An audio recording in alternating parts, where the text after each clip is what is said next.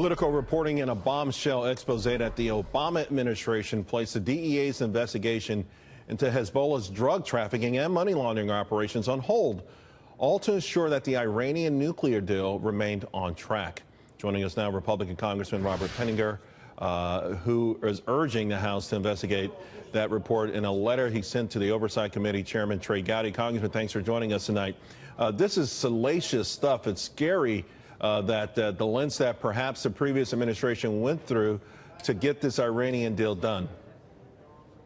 It is, sir. This is an egregious violation of the president's responsibility to protect this country. And that's why I want a full investigation. You have senior officials from Treasury, from Department of Defense who have spoken out openly with their names, not anonymously, conveying that they were impeded in the process of this investigation.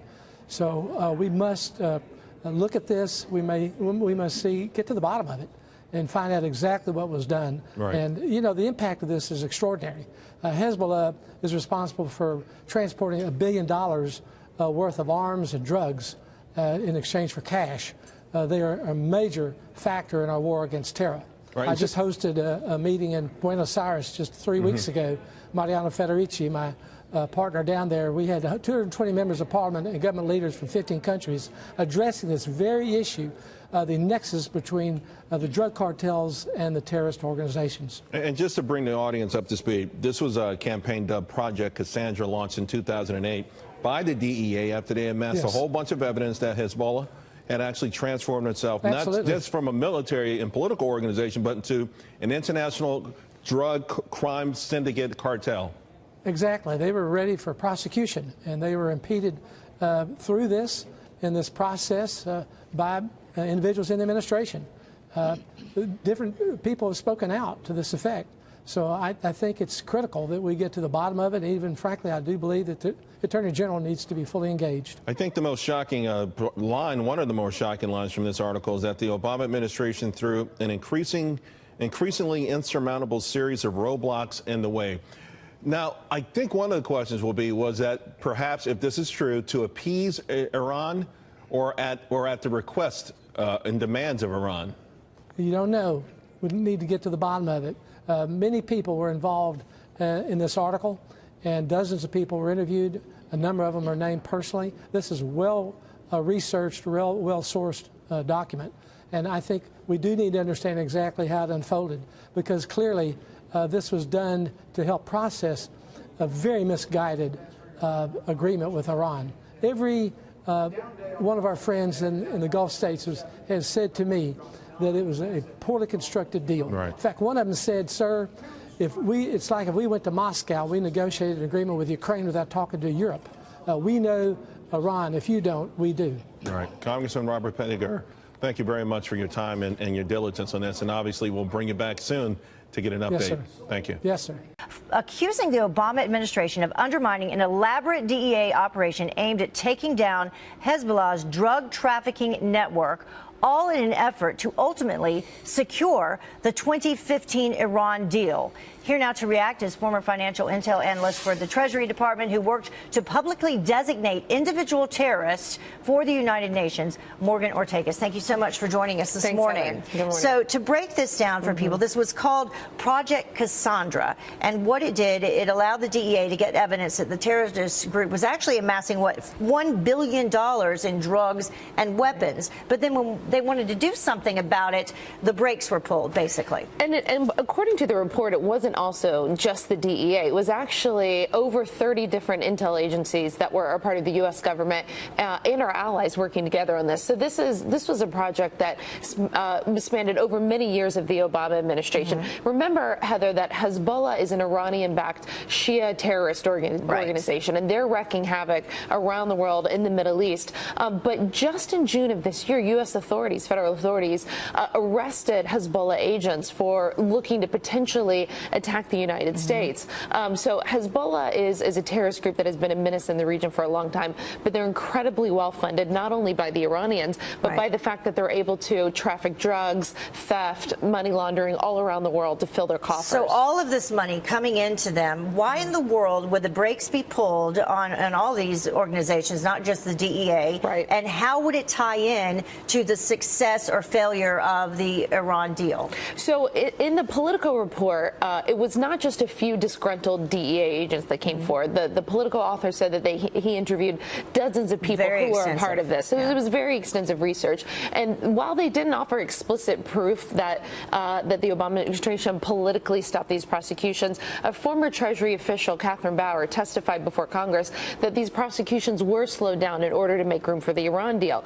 Now, this isn't the first allegation against the Obama administration that they were doing things to placate the Iranians in order to get the deal through. But this is the first time where we've seen dozens of former federal intelligence analysts coming forward to say this was politically motivated to stop the research that we were doing to stop a terrorist group worldwide. Yeah, a lot of people very upset about this report. We have a statement from Congressman Pittenger. He had this to say. He said, these revelations are shocking and infuriating. While American soldiers were bravely fighting ISIS terrorists, with some paying the ultimate price, the Obama administration reportedly was protecting Hezbollah terrorists who were funding themselves by trafficking illegal drugs. No wonder President Obama couldn't bring himself to call them radical Islamist terrorists. Yeah, and I think the nuance that the congressman doesn't get right is that ISIS is a Sunni group and the Hezbollah is Shia. So these are two very different factions. Hezbollah is fighting in Syria, and so you have hardened Shia, Iranian-backed Hezbollah fighters that are coming off the battlefield that could potentially continue to wreak havoc in the Middle East. They could attack here. And so what does the administration need to do going forward? Ted Cruz also called for congressional investigations in this. I think former CIA Director John Brennan needs to go before Congress and testify because he was part of this bigger with the ultimate result being possibly what? I mean, what can happen now that this has already occurred? Well, what can happen now is that the Trump administration can put a new focus on Hezbollah. The Trump administration has a new focus to counter Iran, a new strategy for the Middle East. And so I believe that the Trump administration, I'm sure they're probably starting to do this, should put an interagency task force back together to target Hezbollah, to go after their financing, to go after the money laundering, and how they're trafficking, cocaine allegedly into the United States. It makes no sense at all. Very elaborate. Yeah. All right. Thank you so much, Morgan. We appreciate you joining us. Big topic. Tonight, a follow-up on Monday's report about a major publication alleging the Obama administration may have sabotaged its own government investigators' efforts to stop the Hezbollah terror group from turning profits on illegal drugs. Politico alleges it was all about the Iran nuclear deal. Joining us now, Josh Meyer, Politico's senior investigative reporter, the man behind this very elaborate story, digging into the former administration's alleged interference with the terror group and a DEA investigation. Great to see you tonight, Josh. Great to see you. Okay, so let's walk this through. For people who aren't familiar with this story, how in the world does this connect all of these different prongs of investigations that were happening here through U.S. agencies to a connection with the Iran nuclear deal? It is a bit convoluted, but here the short version is that Hezbollah is a proxy of the Iran government, especially the IJO, which is, the military wing of Hezbollah is a proxy to them. And so these federal investigators were watching and gathering evidence of Hezbollah sort of transforming itself from a political power and a terrorist organization to one that was trafficking in drugs and other criminal conspiracies to make, hundreds of millions of dollars. And the theory was that they documented was that they were doing it to raise money to help rebuild after the Israel war and to help an expansion that they were doing globally. So they gathered evidence, they designated about a couple of dozen super facilitators as people that were connected to the conspiracy, but when they really tried to delve deeply into these people, they got shut down. And from what I understand in your reporting, there were problems at the State Department, the Justice Department, the DEA had been very involved in these investigations, and when people wanted to push forward, the administration was not especially helpful. Right, and so, I wouldn't characterize it as one grand conspiracy. I think there's people on Twitter that would like to reduce this to that. What it was a series of actions, some that were taken specifically, intentionally, some that were sort of more part of a broader geopolitical sort of stew that they were doing, and other actions were just things that weren't supported and things that weren't approved. So over the 8 years of the Obama administration, you had potentially dozens of criminal cases that languished. People were transferred. Efforts to create a RICO prosecution were not supported, extraditions and so forth. So at the end of the day, when you really look at it, there's at least 7 or 8 of these major players that they allege were part of this conspiracy, leading the conspiracy, that are out there operating with impunity around the world. So is the idea that they were not pursued, at least to the fullest extent of possibly they could have been under the law, because the administration was worried it would potentially blow up delicate negotiations negotiations over the nuclear deal with Iran? Well, it's not, I wouldn't say they weren't pursued because of that. I would say that this is a fallout. I mean, what the story does, and I interviewed many dozens of people, reviewed thousands of records, shows that their policy of rapprochement with Iran and their effort to get the nuclear deal created a political climate where the result was a derailment of this policy. So some efforts were intentional, I think some were not, and I'd love to see a sort of full accounting of what happened. We know there are already a couple of members, GOP members on the Hill, who are asking for that. Now I want to give you a couple of critics from the Obama administration, give you a chance to respond. First of all is Marie Harf, who used to be, of course, with the State Department. Until Politico wrote this piece, I had never even heard of this program. You know, the Politico story, this narrative in it is just false. And there's no evidence in this story to back up their allegations. They quote a couple of low-level ideological sources who clearly don't like the Iran deal. Okay, no evidence, a couple of low-level sources. Then we hear from Tommy Vietor, used to be the NSC spokesperson for President Obama. He says in a tweet, there are many reasonable critiques of Obama's foreign policy. The idea that he was soft on Hezbollah is not one of them. The story is so manufactured out of thin air that it's hard to push back except to say that it's a figment of the imagination of two very flawed sources.